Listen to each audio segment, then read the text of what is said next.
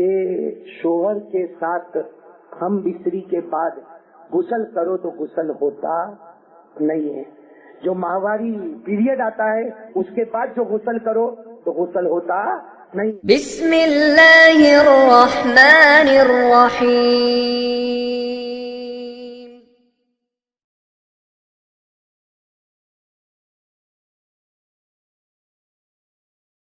ہمارے یہاں تو بال پہ بھی کلر ہوتے ہیں.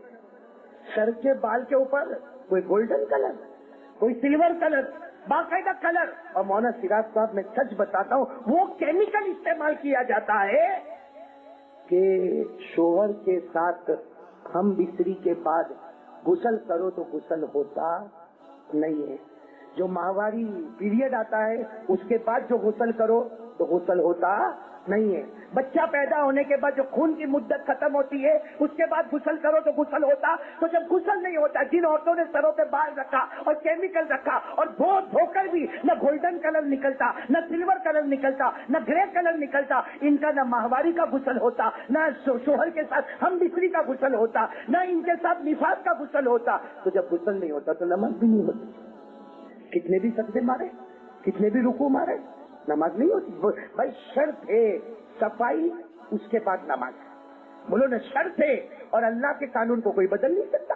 اللہ نے صاف فرمایا یا ایھا الذین آمنوا اذا قمتم الى الصلاة فاغسلوا وجوہکم وایدیکم الى المرافق وامسحوا برؤوسکم وارجلکم الى الکعبین وان کنتم جنبا فاطہروا.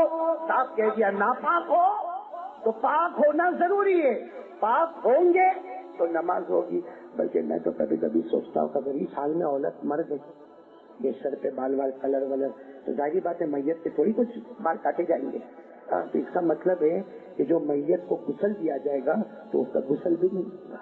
اور جو عورت بغیر غسل کے قبر میں جائے, ہمارے نبی نے فرمایا قبر کے عذاب اتنا خطرناک ہوتا ہے کہ دنیا میں بتا دے تو تم قبر میں مردوں کو داخل کرنا بند کر دو گے. اور میرے آپ سے بھی کہتا ہوں میرے پیاروں, ہو سکے تو آپ لوگ بھی اس کی کوشش کریں, اپنی ماؤں کو, بہنوں کو, بیٹیوں کو سمجھائے. ٹھیک ہے ہاں تھوڑا بہت اپنی کچھ خوبصورتی کے لیے کرے, وہ بھی اپنے شوہر کے لیے, غیر مردوں کے لیے. آج عجب معاملہ ہے, عورتیں گھر میں رہے گی نہ میلا کچیلا کپڑا, پھٹا ہوا کپڑا, ایسا لگے گا کہ اس کے پاس کپڑے ہیں نہیں, اس کے پاس پیسہ نہیں ہے. اور وہ بیچارہ مرد آئے گا نا, شوہر گھر میں آئے گا, اپنی بیوی کو ایسا میلا کچیلا دیکھے گا تو دیکھنے کے واسطے جو طرف لے کر آیا, جو فیلنگز لے کر آیا, وہ فیلنگز بھی ختم ہو جاتی ہے. اور یہی عورت کو بولو اپنے پڑوس میں شادی, وہاں منڈپ لگائے, صرف تیار ہونے میں 1 گھنٹہ وہ شوہر بیچارے نیچے بائک پہ کھڑا ہے, یا گاڑی میں کھڑا, ارے آجا, ارے آجا, ارے. اور گاڑی میں بیٹھنے کے بعد بھی رکو کیا ہوا, وہ لپسٹک ذرا بھول گئی, لپسٹک بھول. تو یہ کس کو دکھانے جا رہی؟ شوہر تو تیرے سامنے تھا, اس کے سامنے تو میلا کچیلا کپڑا پہنا, اس کے سامنے تو لڑائی جھگڑے والی باتیں ہوئی. اور یہاں دو قدم پہ یہاں پہ منڈپ لگا ہے تو وہاں پہ, اور وہاں گناہ ہو رہے, وہاں مرد آ رہے, وہاں عورتوں کا مردوں کا ملنا ہوتا ہے, وہاں بینڈ باجے بجیں گے, وہاں ناچنا ہوگا. تو یہ باقاعدہ ایسا کا کیا بولے گی, معلوم اتنی عورتیں اپنے کو دیکھے گی تو تھوڑا سمارٹ تو ہونا چاہیے نا. یہ جملہ جو ہے نا کہ کتنے لوگ ہم کو دیکھیں گے تھوڑا اچھا لگنا چاہیے, شاید یہی جملہ جہنم میں جانے کے لیے کافی ہے. یہی جملہ کہ لوگ دیکھیں گے تو تم دوسرے, مطلب ہماری عورتوں کی غیرت اتنی مر گئی ہے, وہ کسی اور کے مرد کو دیکھنا چاہتی ہے, اور لوگوں کو دیکھنا چاہتی ہے, اپنے کپڑے دکھانا چاہتی ہے. خیر میں ایک حدیث سنانے جا رہا ہوں, آپ لوگ دعا کریں کہ یہ حدیث میں صحیح آپ کو سناؤں. یہ اگر حدیث ہماری ماں, بہنوں, بیٹیوں کو سمجھ میں آ جائے نا, انشاءاللہ بیڑا پار ہو جائے گا انشاءاللہ. لکھا ہے کہ حضرت فاطمہ, بولو ہمارے نبی کی کون بیٹی, اور حضرت علی یعنی ہمارے نبی کے دونوں اپنے گھر میں, فاطمہ علی دونوں اپنے گھر میں. اور آج اتفاق سے ایسا کہ گھر میں کھانا اچھا بنا ہے. میں گھر میں کھانا, ان لوگوں کے گھر میں کھانا کبھی کبھی اچھا بنتا تھا, تو حضرت علی اور حضرت فاطمہ کے گھر میں کھانا اچھا. ابھی وہ لوگ دسترخوان پہ بیٹھنے والے کہ دونوں کی زبان سے نکلا کہ اگر ہم یہ کھانا ہمارے نبی کے پاس لے کے جائے اور وہاں جا کے بیٹھ کے کھائے تو کتنا اچھا ہوگا, کیونکہ معلوم نہیں ہمارے نبی کو کھانا ملا ہوگا کہ. چلو حضرت علی اور فاطمہ کھانا لیے اور گئے, ہمارے نبی کے پاس گئے.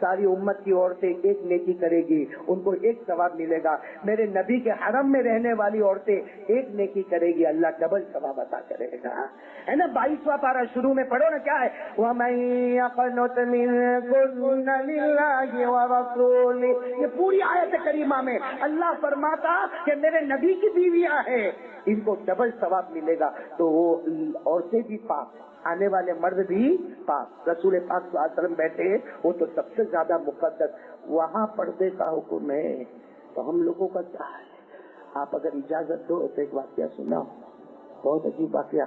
ایک کتاب ہے میں حوالہ اس لیے دیتا ہوں ایک کتاب ہے اصلاحی خطبات اور اس کے لکھنے والے بہت بڑے اللہ کے ولی ہے مولانا عبدالرؤوف سکروی. بولو مولانا عبدالرؤوف سکروی. انہوں نے محبوب بھائی واقعہ سنا سمجھ میں نہیں آتا.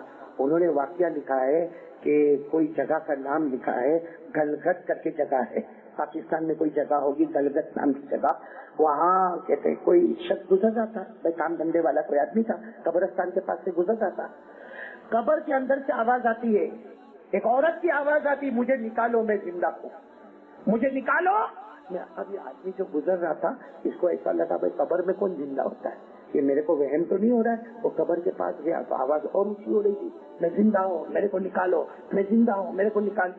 یہ حیران ہو گئے کہ قبرستان ہے قبر میں تو سب مردے ہوتے. یہ عورت جن وہ فوراً بستی میں گیا بستی والوں کو تو آؤ میرے کو کوئی دماغی وہم تو نہیں ہو گیا میرے کو کوئی سمجھ بوجھ میری ختم تو نہیں ہو. گاؤں والے آئے تو آواز اور بڑھ گئی. وہ قبر کے اندر سے آواز آتی ہے میں زندہ ہوں میرا یہ نام ہے مجھے نکالو میں زندہ ہوں میرا یہ نام ہے مجھے نکالو.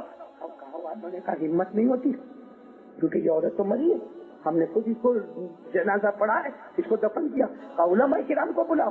چنانچہ بڑے بڑے علماء کرام آئے مشورہ ہوا. مشورہ میں 24 گھنٹے لگے. مشورے میں 24 گھنٹے تک وہ چلاتی رہی مجھے نکالو مجھے نکالو. 24 گھنٹے کے بعد پھر قبر کو جب جیسے قبر کو کھولا وہ عورت نے یوں ہاتھ کر دیا اور کہا میرے بڑی چادر لے کر آؤ میرے گھر سے بڑی چادر لے کر آؤ میرے گھر سے. فوراً حکم ہوا بھائی چادر لے کر آؤ. جیسے چادر لا کر دیے وہ عورت نے اپنے آپ کو لپیٹا خود قبر سے باہر نکلی اور سیدھے دوڑی دوڑی دوڑی دوڑی سیدھے اپنے گھر میں گئی اور گھر کا دروازہ اندر سے بند کر دیا. گھر کا دروازہ اندر سے.